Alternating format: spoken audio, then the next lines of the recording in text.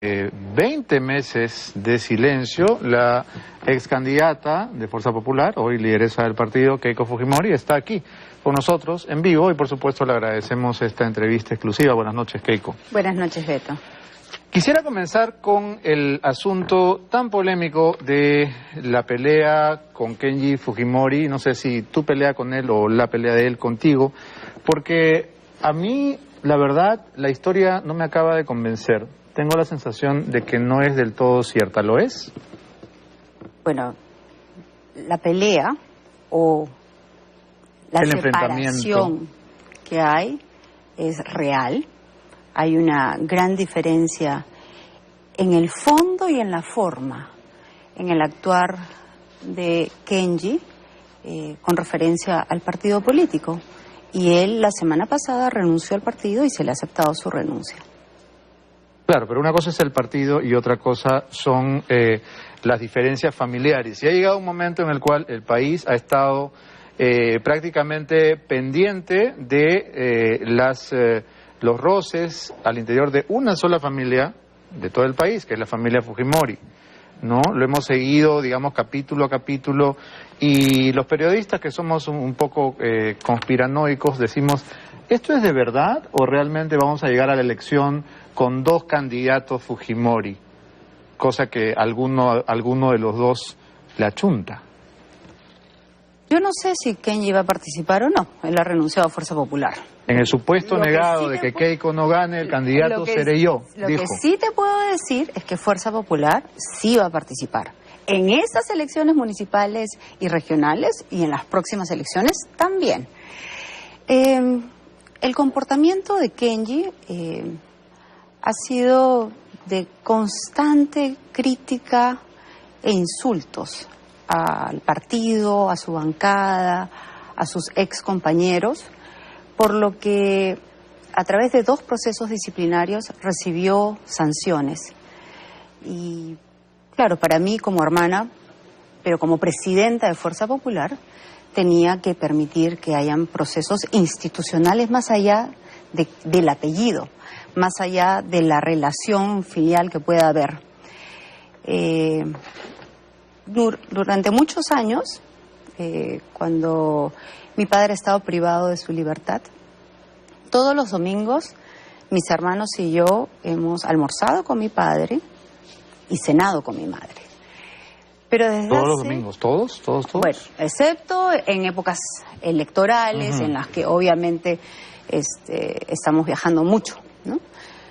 Pero siempre hemos tratado de los domingos, que son visitas, en ese entonces visitas que se permitían para ir a la Diroes, hemos estado siempre los hermanos. Pero desde hace muchos meses atrás, Kenji no participaba de estas reuniones. Ahora, ¿cómo puedes separar tu rol como hermana mayor y tu rol de presidenta del partido? Porque, digamos, cuando tú te peleas con tu hermano, te peleas con tu hermano. Y entre hermanos se mandan al diablo y se pueden tirar portazos o almohadazos o lo que sea. ¿Es posible separar? Porque en este punto diera la impresión de que en la rencilla entre los dos, tu papá ha tomado partido por Kenji, que ha sido siempre el engreído. Siempre hay un engreído en la casa y ese, obviamente, es Kenji. Lo que mi padre finalmente decida no va a cambiar para nada el cariño, el respeto, el cuidado que yo sienta por él, por mi padre y por mi madre. Pero sé también diferenciar los temas políticos. Yo con mi padre y con mi madre también he tenido discrepancias, pero mi amor por él jamás va a cambiar. Y hoy que soy mamá, y soy mamá de 2 hijas, sé que a los hijos uno los quiere por igual. Entonces tienes una especie de confusión de sentimientos frente a este tema, ¿no? Por un lado quieres a tu hermano y por otro lado lo quieres matar. Mira, en el tema político... Lo quieres matar. Prefiero no verlo. Como te digo, hace varios meses que... Pero es imposible no verlo. Kenji está hasta en la sopa, sale en todos lados. Sí, pero me refiero personalmente, ¿no? Él sabe dónde vivo. Y si es que, como él ha dicho, en algún momento querrá hablar, él sabe dónde encontrarme. Yo no lo voy a buscar, por ahora. Okay. Pero más allá de esas diferencias, para mí el tema de fondo en el tema político, hay un distanciamiento, hay una renuncia, no solamente... Hay una ruptura. Hay una ruptura. Sí, más que distanciamiento. Así es. Se acabó. En el tema político sí, así es. Y bueno, y él ha decidido trabajar al lado de PPK. Le deseo suerte. ¿Qué te parece que ahora sea su acompañante en los viajes, en el avión presidencial, que le trae tantos recuerdos, según ha contado? Yo creo que en el mediano y largo plazo eso no le va a hacer bien. Pero cada quien toma sus propias decisiones y él está ya bastante maduro para decidir qué camino político tomar. Y él ha decidido estar al lado del presidente. Ahora, hay otro tema que tiene que haberte producido también diferentes sentimientos encontrados, y es el indulto a Alberto Fujimori. Por un lado, nuevamente, como hija, te habrás alegrado. Como presidente del partido, tal vez no tanto. Porque los efectos, digamos, la onda expansiva todavía está registrando muertos y heridos, ¿no? Con referencia al indulto de mi padre, estoy absolutamente contenta. Como política y como hija. Estoy agradecida con la decisión que ha tomado el presidente Kuczynski. Quizás las formas o el momento se pueden cuestionar, pero finalmente mi padre está en libertad. Y eso es algo que la familia, mis hermanos, mis hijas y sobre todo él está valorando y disfrutando. Sin embargo, todos tenemos la impresión de que eso fue un canje. Esa opinión no la puedo dar yo. A mí no me consta. ¿Hubiera sido mejor que el presidente simplemente indulte y ya, y no veamos ninguna contraprestación de esta gracia presidencial? Porque fue automático, ¿no? Fue una cosa y después la otra, entonces todos dijimos, ajá. Quizás el momento se presta a esa interpretación, ¿no? Si hubiese sido 2 semanas antes de la vacancia o en el marco de la llegada del Papa Francisco, qué sé yo, ¿no? El Día del Padre. No se hubiese prestado a estas válidas interpretaciones que hoy generan pues algunas dudas al respecto. Pero ¿Tú no crees que hubo una negociación? Pero más allá de digamos, ¿crees de o no esas crees? sospechas, Yo sospecho, ¿tú? no lo voy a emitir, no me corresponde porque no tengo ninguna prueba. Finalmente estoy contenta por mi padre. Ahora, lo que pasó el día de la votación de la vacancia nos dejó a todos con un palmo de narices. Y yo estoy seguro que a ti también. Nadie se esperaba ese desenlace. Y lo primero que uno se pregunta es, ¿por qué esta bancada tiene personas con lealtades tan frágiles o tan pequeñas, ¿no? Que de pronto se pasan al otro lado 10, de un plumazo. ¿Escogiste mal? Me generó una desilusión. Se había debatido la semana anterior la posición sobre la bancada. Los congresistas son los que emiten su voto. Y la noche anterior también se había conversado en la casa de uno de los congresistas. Ninguna de estas personas que se abstuvieron señalaron una posición discrepante. Lo hubiesen hecho, que es parte del debate. En la última reunión de bancada estuvieron todos de acuerdo en que votaban a favor. Así es, así es. Entonces tenías a 10 traidores que sabían que iban a votar en contra, pero se quedaron callados. Yo creo que han traicionado la confianza de su electorado, han traicionado al partido político y será la población quienes saque sus propias conclusiones y sea finalmente quienes los juzguen. Pero el día de la vacancia hubo una señal también muy clara. 79 congresistas de diferentes partidos políticos le dijeron al presidente de la República que no lo consideraban que estaba capacitado moralmente para seguir gobernando. Y esa es una señal muy fuerte que hoy, meses después, se ve además reflejado y respaldado por la opinión pública a través de las encuestas. ¿Te has hecho alguna autocrítica respecto a estas deserciones? Porque vamos, si se van uno o dos de un equipo, cualquier equipo, digamos de mi equipo de producción, se van dos, ya, pues que les vaya lindo, ¿no? Chao. Pero si se van 14, yo diría, oye, un ratito, acá el problema debo ser yo, porque todo el mundo se va. Recordemos una de las primeras entrevistas que dio el presidente de la República, que anunciaba que iba a jalarse 30 congresistas. O sea, anunciaba con poca vergüenza que iba a fomentar el transfugismo. Y hoy vemos, con un silencio cómplice de nuestros contrincantes, es más, a veces con celebración, cuando se jala a un congresista más nuestro. Kuczynski dijo, 30 de esos, se refería a los congresistas, se subieron al carro creyendo que Keiko iba a ganar las elecciones. Lo que hay que hacer, pensando de modo egoísta, es jalarse a algunos de esos. Estoy citando textualmente porque me puse a hacer mi tarea. Esto pasó en el 2016. Y entonces PPK se los está jalando.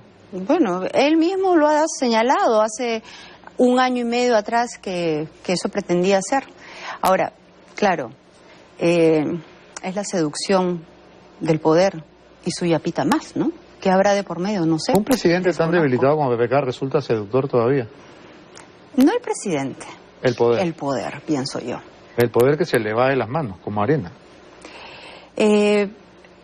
La crisis que estamos viviendo en estos momentos me ha llevado a mí también a, finalmente, señalar algunos puntos y preocupaciones de lo que está ocurriendo en nuestro país.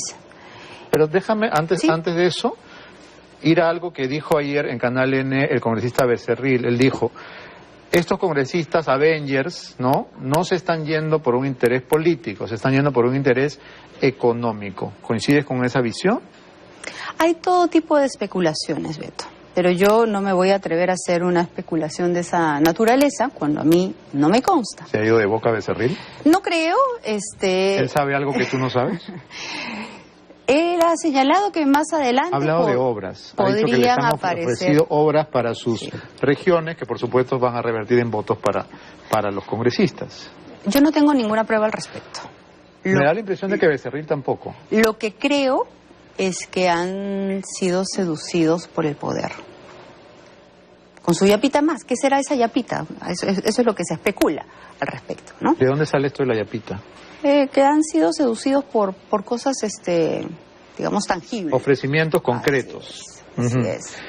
¿Y temes que se te vayan más? ¿Se te vayan escapando? No, yo no tengo temor.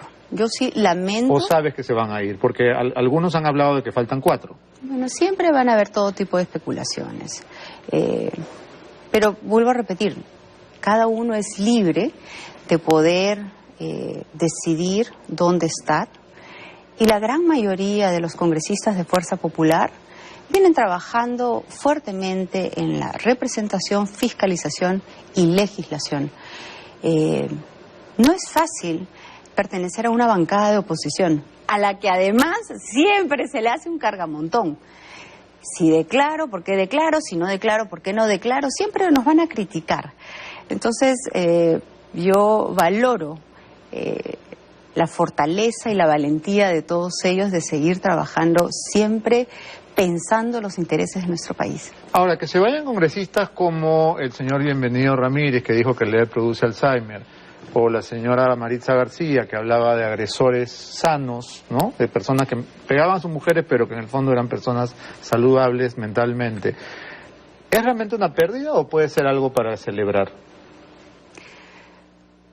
Yo creo que ha sido lamentable que los congresistas se vayan por alguna excusa, señalando... Pero en esos casos, ¿qué pierdes? ¿Un voto? ¿Qué más pierdes? Sí, efectivamente, ¿no? Un voto, pero es un voto del partido, es un voto de Fuerza Popular. Cuando yo empecé con la creación de Fuerza Popular. En el Parlamento el fujimorismo tenía 13 congresistas.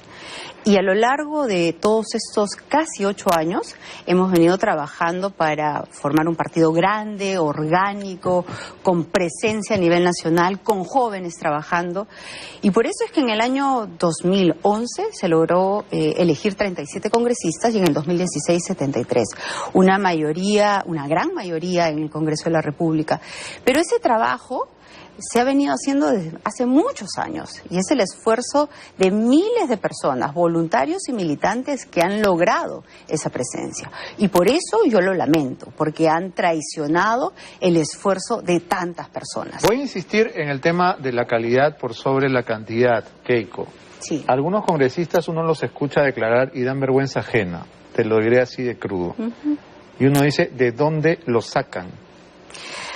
Cuando se hace todo un proceso de selección, llegan propuestas de los dirigentes, de los excongresistas, de las propias bases. No todos se atreven a participar en política. Y en ese proceso de selección hemos tratado de darle oportunidad a dirigentes gremiales, a dirigentes del partido que venían trabajando desde hace muchos años. Hoy, mirando en retrospectiva, siento que a veces el poder cambia a las personas y seremos mucho más escrupulosos, por supuesto, al momento de seleccionar a nuestros futuros candidatos. Mayor control de calidad. Sí. Voy a hacer una pregunta más sobre Becerril para que no parezca que estoy obsesionado con él, pero hay algo importante que tengo que preguntar y es que Becerril comparó a Kenji con Montesinos y dijo que era un aprendiz de su tío y que seguramente su tío Vladi había dejado una profunda huella en él, ya que ambos compraban, estoy citando a Becerril, congresistas. Unos días después, Montesinos hizo algo que casi nunca hace, respondió vía las redes sociales de su abogada Estela Valdivia y dijo, en los 90 yo hablaba más con Keiko que con Kenji, así que si dejé alguna huella, debe ser en Keiko. Fue hace 17 años atrás, Beto, que en tu programa, en este canal, yo señalé que el señor Montesinos debía salir, debía retirarse del gobierno de mi padre. En Canal 11. En Canal Pero 11. sí, es verdad que fue un programa mío. Y fui una de las pocas personas del gobierno, en ese entonces de mi padre, que lo dije públicamente. Todos saben que yo me enfrenté al señor Montesinos. ¿Por qué te responde? Lo que creo es que busca dañarme. Que quede bien claro, que a mí solo me dejan huella las personas de bien. O sea que está No del lado de ese señor. Kenji. Es lo que aparenta. ¿Ha tomado partido por Kenji y por tu papá? Lo que busca claramente con esa declaración es hacerme daño. Pero yo ¿Lo ha logrado? no le tengo miedo, no. Todos saben de mi trayectoria y de mi actuar. Hoy se supo que el almirante Carlos Tubino firmó el acta de sujeción que firmaron tantos generales y mandos militares a Vladimiro Montesinos.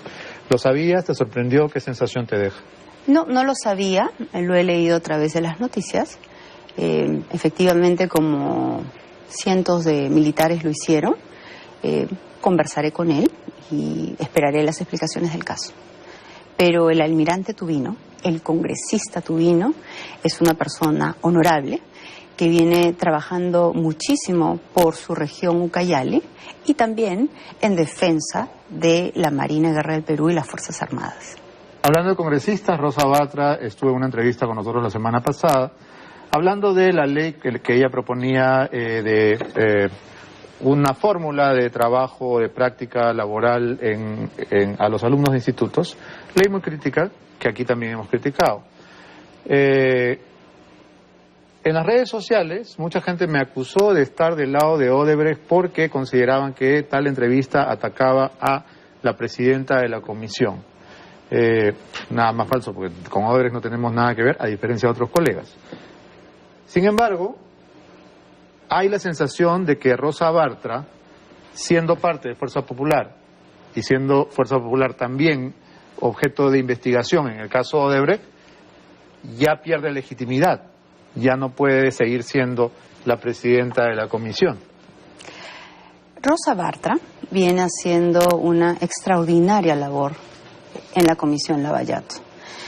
Pero es importante señalar que esa comisión tiene 7 miembros, Beto, de las cuales solo 2 personas, 2, son de Fuerza Popular.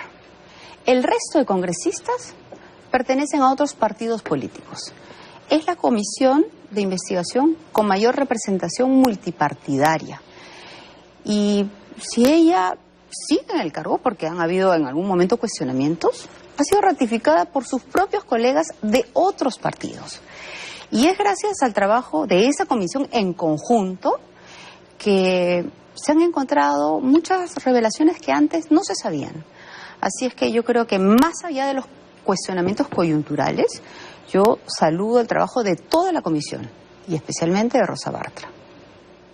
¿Van a volver a votar por la vacancia, Keiko? Yo creo que ante esta situación tan compleja, en la que hay serios cuestionamientos de corrupción contra el presidente de la República, y además vemos a un país detenido, paralizado, en la que no se han hecho avances, por ejemplo, en las zonas afectadas por el fenómeno del Niño Costero, yo creo que el presidente de la República debe de dar un paso al costado. Con referencia a la vacancia, se está generando un consenso bastante amplio en la que, de acuerdo a las noticias, ya hay varios partidos políticos que han manifestado su apoyo a esta moción. En el caso de Fuerza Popular, yo prefiero no pronunciarme porque recién el día de mañana la bancada se va a reunir y va a tomar una decisión. Y quiero ser respetuosa de la decisión final que tomen los congresistas. Pero tu opinión personal es que debería irse el PPK. Yo creo que el presidente tiene que dar un paso al costado. Creo que aliviaría esta situación de debatir una nueva moción de vacancia. Pienso yo que el señor Vizcarra, que además ha manifestado que no renunciaría ante la posibilidad de una vacancia o una renuncia, le podría dar un mayor impulso a nuestro país. Pero acá permíteme también, Beto, señalar sobre algunas especulaciones que se vienen vertiendo ahora y que se vertieron hace 2 meses atrás. Fuerza Popular, y quien habla, no está fomentando nuevas elecciones. Nosotros seremos absolutamente escrupulosos en el respeto del orden constitucional. Y como el señor Vizcarra ha señalado ya en una entrevista, él no va a renunciar. Y de acuerdo al orden constitucional, le correspondería a él asumir la presidencia de la República. Tengo la impresión de que ha cambiado la visión que tenía Fuerza Popular de Vizcarra de un tiempo a esta parte, porque con el escándalo Chinchero se fue antes de que lo voten y ahora parece que es el candidato perfecto. ¿Qué cambió? El señor Vizcarra renunció al cargo de ministro de Transporte. Porque lo habrían censurado. No, se especulaba una interpelación, pero el señor Vizcarra no se aferró al cargo y dio un paso al costado inmediatamente. Yo no he conversado con él, pero he leído su entrevista en la que él señala que no renunciará. Y eso creo que es una señal muy importante. Él es un hombre provinciano que tiene una mirada de ese Perú profundo y estoy segura que una persona como él, además con mayor experiencia política, podría implementar mejor los cambios que los peruanos estamos esperando. ¿Vizcarra lo haría mejor que Kuczynski? Yo pienso que sí. ¿Cualquiera lo haría mejor que Kuczynski? En este caso le correspondería a Vizcarra y contesto por él. Yo creo que Vizcarra lo haría mejor. Pero es que si no es Vizcarra sería Meche, ¿no? Es que en el orden constitucional, Beto, no hay que mirar a las personas. ¿Es Vizcarra o es Meche? A cualquiera de las dos personas se le respaldaría tal como señala la Constitución. El verbo respaldar es importante porque es algo que no han hecho claramente con Kuczynski. Si él llegara al sillón presidencial, si PPK da el paso al costado o si lo vacan en el Congreso, que es una posibilidad, creo, bastante grande a la luz de los últimos sucesos, ¿La bancada de Fuerza Popular lo va a respaldar? Aquí permíteme también, Beto, hacer un análisis en retrospectiva de lo que ha venido haciendo Fuerza Popular desde el Congreso, porque se nos ha hecho una campaña absolutamente injusta señalando a Fuerza Popular como una bancada obstruccionista, y eso es absolutamente falso. Mercedes Arauz ha dicho que lo único que ustedes hacen es bloquear. Eso es lo que ella ha señalado ayer. Y permíteme decir, desde el Congreso, el partido que yo presido ha dado votos de confianza a 2 gabinetes. Se le ha dado facultades para legislar en diferentes materias. Se ha revisado los decretos legislativos mano a mano con los ministros de Estado. Se ha dado la ley de reconstrucción con cambios en menos de 24 horas. Se ha dado 2 leyes de presupuestos. Y el día de hoy, la primera ministra había señalado ayer que Fuerza Popular obstruye. Yo creo que ella estaba mal informada. En las comisiones de Justicia y Economía, que son presididas además por congresistas de PPK, venían trabajando desde hace ya varias semanas en un debate amplio para el proyecto de ley que vaya en reemplazo del decreto de urgencia 003, este decreto nefasto. Yo te quiero señalar 2 cosas específicas, Beto. En este debate amplio, lo que Fuerza Popular propuso dentro de todas las 30 observaciones y sugerencias que se le dio, fue, por ejemplo, que en este proyecto se priorizara y se tomara en cuenta y se pusiera que los proveedores MIPES y los trabajadores serán tomados en cuenta en esta ley de salvataje. Y el segundo punto importante, dentro de muchos de los que se ha dicho, es que la Contraloría tiene que tener una presencia concurrente en todo este proceso. Hoy finalmente se ha aprobado. Entonces, ¿de qué obstrucción estamos hablando? Lo que hemos venido haciendo durante todo este año y medio es trabajar de la mano en las iniciativas que ellos han solicitado. Y cuando llega un proyecto de ley del Ejecutivo, los presidentes de los congresos, Luz Salgado y el señor Galarreta, han priorizado, como debe ser, el debate de estos proyectos. Entonces, digamos que, salvo vacar a PPK, no admitiría que hubo nada que la bancada haya hecho para desestabilizar o hacer trastabillar al régimen. En su momento, cuando hubo una denuncia muy grave en un medio de comunicación contra el ex ministro Saavedra, el ministro de Educación, en la que se cuestionaba fondos por un valor de 240 millones de soles en la adquisición de computadoras para los niños del Perú, frente a una denuncia de esa naturaleza y de esa magnitud, y frente a la poca información que se le dio al Congreso, la bancada de Fuerza Popular tomó una decisión y una medida en la que además participaron y votaron otros congresistas de otros partidos.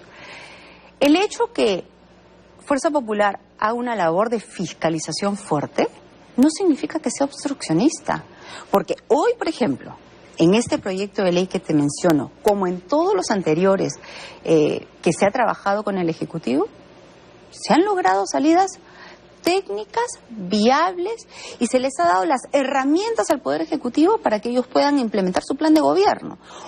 Solamente para ponerte un pequeño ejemplo, en las facultades ellos solicitaban la disminución de 1 punto del IGB. Esa propuesta iba en contra de lo que nosotros pensábamos, pero se los dimos, se lo otorgamos, porque creemos que en esa primera etapa era importante que el presidente pudiera implementar su plan de gobierno. Que luego que él tenga las herramientas, no haya podido hacer las obras y no haya podido tener la capacidad de gestión para poder estar a la expectativa y resolver los problemas de los peruanos, ya ese no es nuestro problema. Bien. Vamos ahora al tema sobre el cual seguramente nuestros televidentes están esperando que conversemos. El tema que está en todas las primeras planas, que es el tema Odebrecht. Barata dijo que le entregó $1 millón a los señores Yoshiyama y Bedoya, sin contar otros 200.000 que le habría entregado a la CONFIEP. Quiero primero preguntar si esto es cierto, si esto lo sabías y si es verdad. según Jaime Yoshiyama y el señor Bedoya, han negado rotundamente la declaración hecha por el señor Barata. Pero también quisiera precisar qué cosa es lo que ha dicho el señor Barata acerca de mí. Porque durante meses señalaban que Keiko había recibido dinero de Odebrecht. El señor Marcelo Odebrecht señaló lo que yo venía diciendo, que yo no lo conozco, que nunca he hablado con él. Y que si es que hubiese habido algún financiamiento, eso lo sabría el señor Barata. El señor Barata, que ha dicho acerca de mi persona, que jamás he solicitado dinero, que nunca me han entregado y que jamás he conversado sobre temas económicos o financieros conmigo. Es más, ante las tantas repreguntas, cerca de 15 repreguntas me contó mi abogada, él señaló que yo era una persona fría y distante y que nunca pudo interactuar conmigo. En el supuesto negado que la declaración del señor Barata fuera verdad, yo por lo menos hubiese tenido una cordialidad o hubiese agradecido un aporte de una empresa que en el 2011 no estaba siendo cuestionada. Pero yo me ratifico. Confío en Jaime Yoshiyama y en el señor Bedoya. Ellos han negado esta declaración. Tengo la tranquilidad, como señalan todas las cuentas de nuestro partido, que han sido fiscalizadas por la OMPE, de que ese dinero no ha existido. Y con referencia a la CONFIEP, lo que han señalado sus directivos es que hubo una campaña en defensa del modelo económico y en defensa de la empresa privada. En la segunda vuelta, Keiko. Así es. ¿Y entonces, ¿esa campaña para quién era? Y quien fue a la CONFIEP a participar y a transmitir su plan de gobierno fue el señor Ollantumala. Yo no. Jamás he conversado con ellos sobre esa campaña. Con el señor Briceño, lo conozco de algún evento social, jamás hemos hablado de esta posible campaña. Es más, él lo que ha hecho es aportar a la campaña del señor Pedro Pablo Kuczynski. Vamos a hablar del tema de la CONFIEP en un momento porque es un tema que se refiere a un monto bastante menor.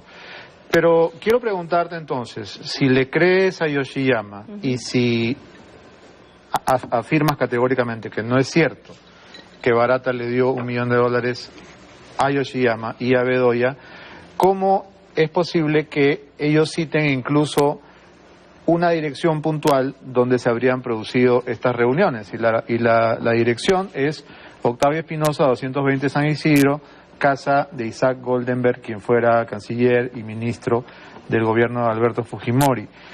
Ellos citan días y citan direcciones en las cuales se produjo esta reunión para entregas de dinero.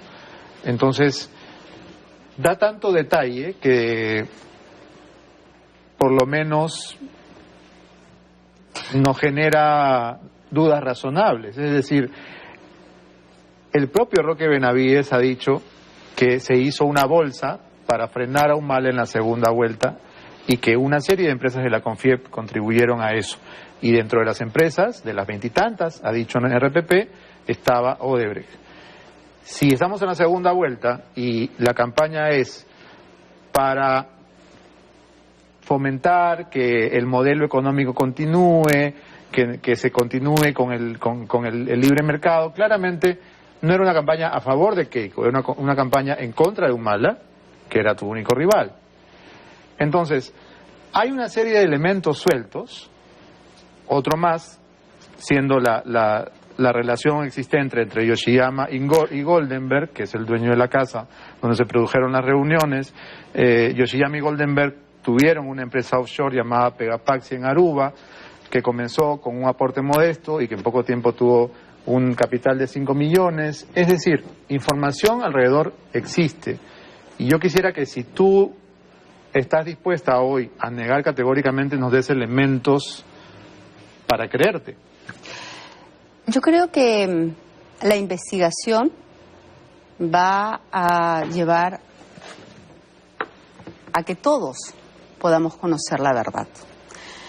Cuando salieron las declaraciones del señor Barata y el señor Yoshiyama se encontraba afuera, señalaban de manera muy ligera de que él se había fugado, cuando en realidad lo que él fue a hacer fue hacerse un chequeo médico. Y él adelantó su retorno frente a todas estas especulaciones. Apenas regresó el señor Yoshiyama, se presentó en el Ministerio Público para ponerse a disposición y para que lo citen de manera inmediata. Él ya ha declarado en otras oportunidades y estoy segura que lo volverá a hacer. Los detalles de sus finanzas no las conozco. ¿Sabías de la existencia de esta offshore? No. ¿De esta sociedad entre Goldenberg y Yoshiyama? Sí sabía que eran socios, que tienen una relación de amistad de hace muchos años, pero no conozco los detalles de sus inversiones. Ni tengo por qué saberlas, ¿no? Pero sí confías en él.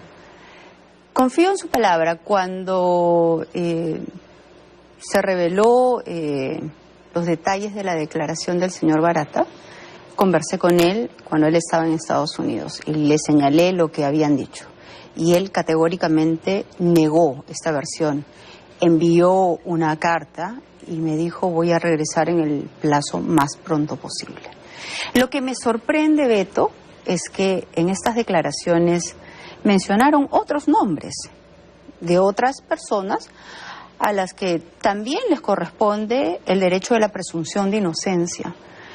Pero lo que llama la atención es que solo las casas de los dirigentes de Fuerza Popular son allanadas. ¿A qué lo atribuyes? Solo el partido político Fuerza Popular es investigado. ¿A qué lo y atribuyes? los otros partidos no. Yo creo que hay un sesgo y hay una intencionalidad política de debilitar y desprestigiar al partido Fuerza Popular. ¿No será y que te eso... han asignado a José Domingo Pérez Gómez, que es el fiscal más severo y más tenaz de todos los demás? Entonces, claro, a Keiko le ponen al fiscal que te va a perseguir como un cazador, y a los otros les han puesto fiscales un poco menos inflexibles. Pero no es solamente... No, perdón. El partido del señor Kuczynski, del que además también hay cuestionamientos, no está siendo investigado. El partido del señor Toledo nunca ha sido allanado. La señora Villarán tampoco. Entonces no hay una equidad en el trato de las investigaciones. Y en el caso de la fiscalía dirigida por el señor Domingo Pérez, no solamente está él, están 5 o 6 fiscales a su lado. Cada uno asignado a un caso. No. Son 5 o 6 fiscales asignados a Fuerza Popular. Me parecería que lo lógico y lo justo es que esa misma cantidad de fiscales investiguen a los otros partidos. Nosotros no tenemos miedo a la investigación, Beto. Pero lo que nos llama la atención es, se nos estaba investigando por lavado de activos. Pasaron los 18 meses, culminó el plazo de la investigación. Y cambiaron a crimen organizado para seguir investigándonos. ¿Por qué? Cambiaron a los fiscales. Antes era el señor Germán Juárez.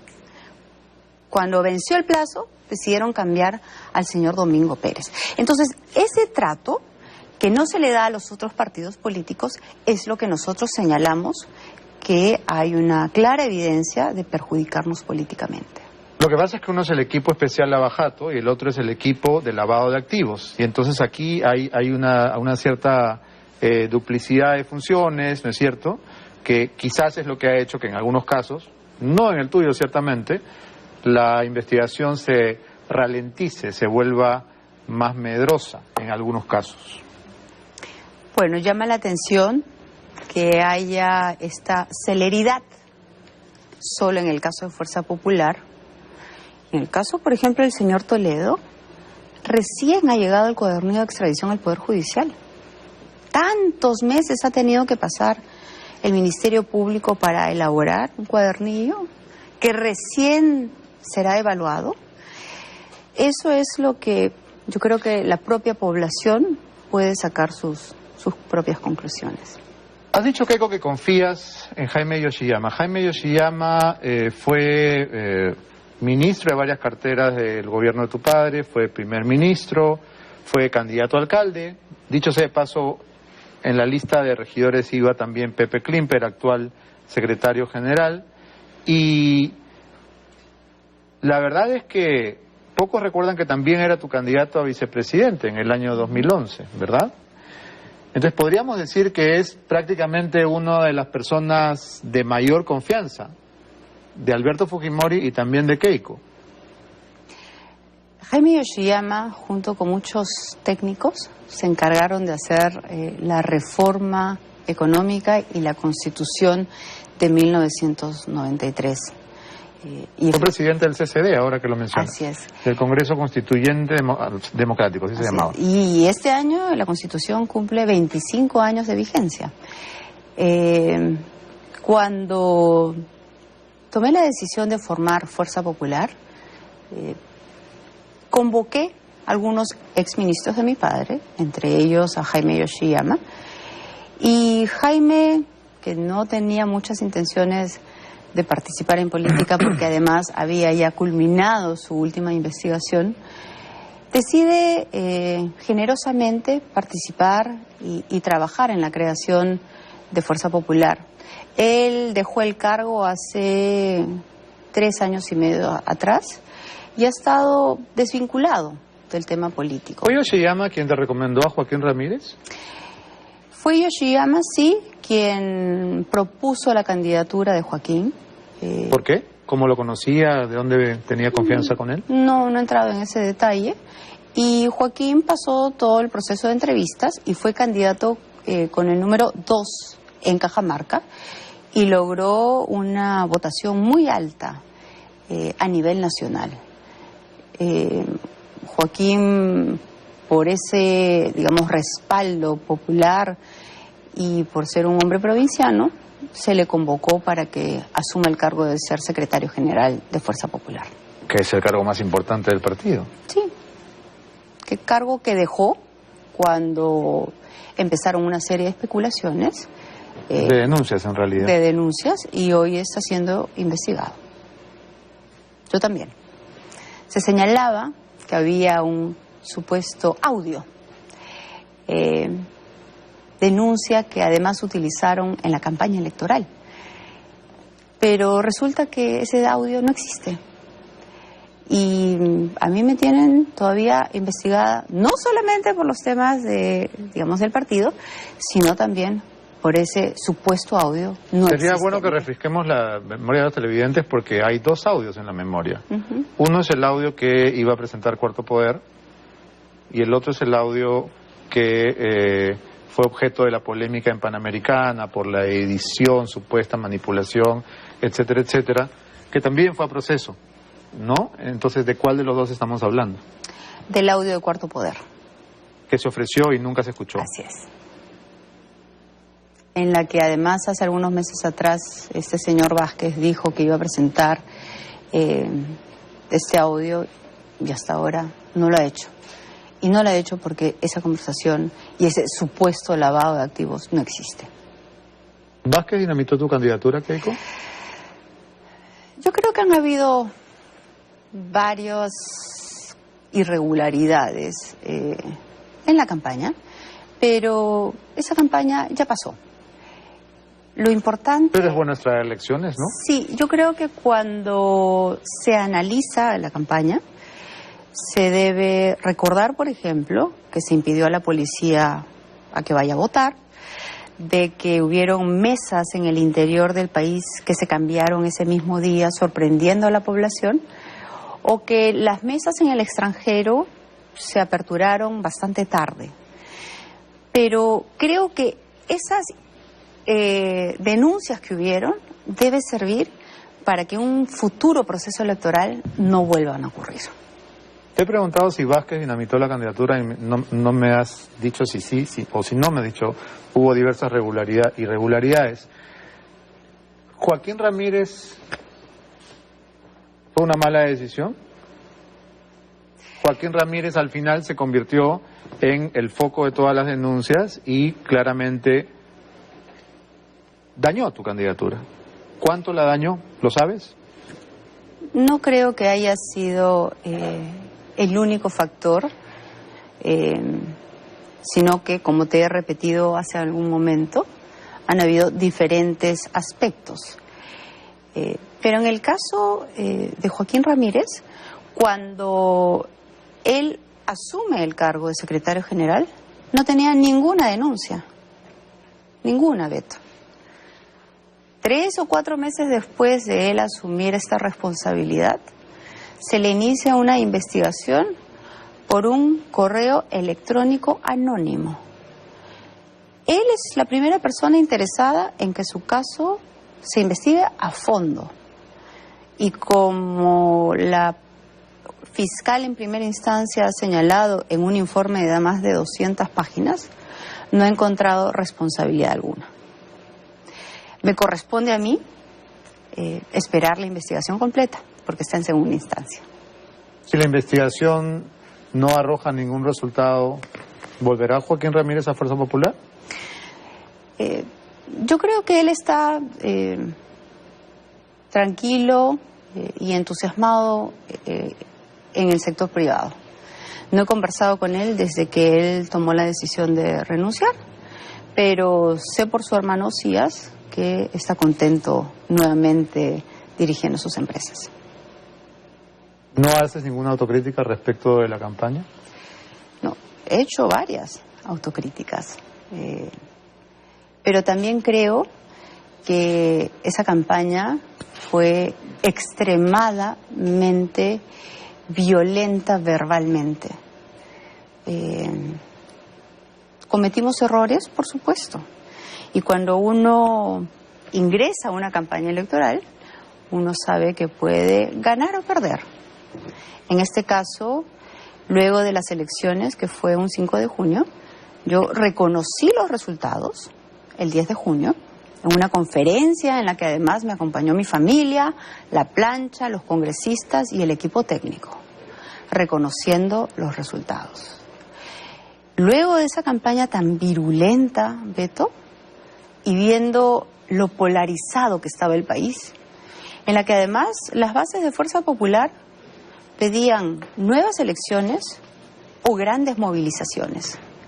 Y yo señalé que no íbamos a hacer eso, que teníamos que respetar ese resultado.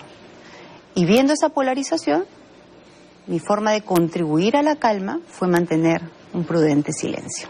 Has mencionado dentro de las irregularidades que encontraste en la campaña que los policías no pudieron votar, que las mesas en el extranjero se abrieron tarde. ¿Te robaron la elección?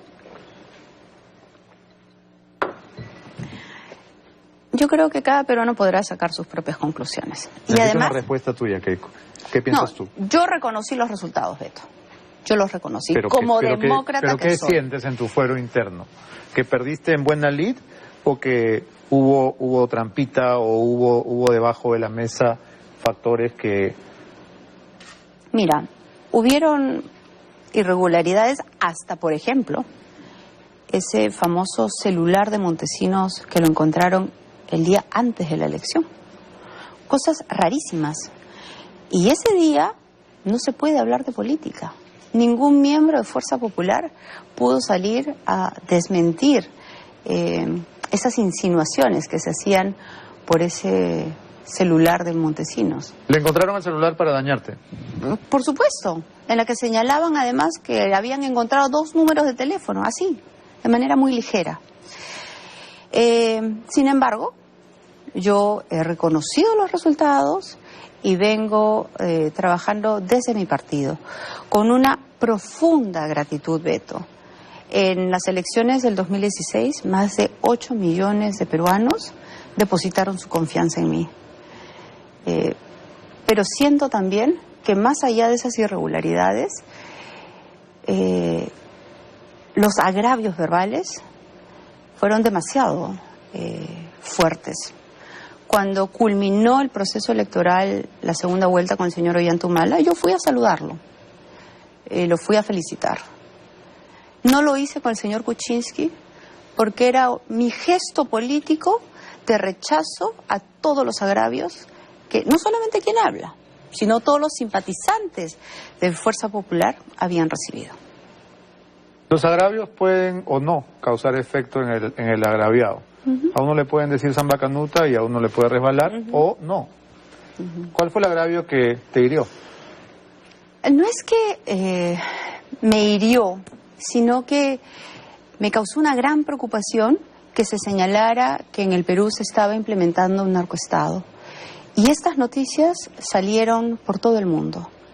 Y eso es un agravio al Perú. Eso es una noticia terrible que genera una pésima imagen en nuestro país. Entonces, yo creo que una campaña electoral también tiene sus formas y tiene sus límites. Y en este caso no se supieron respetar esos límites. Aquello de hija de ratero, ratera también, ¿no te hirió? Ahora que a él se le señala con todas estas acusaciones de corrupción, me pregunto si es que volvería a señalar algo así.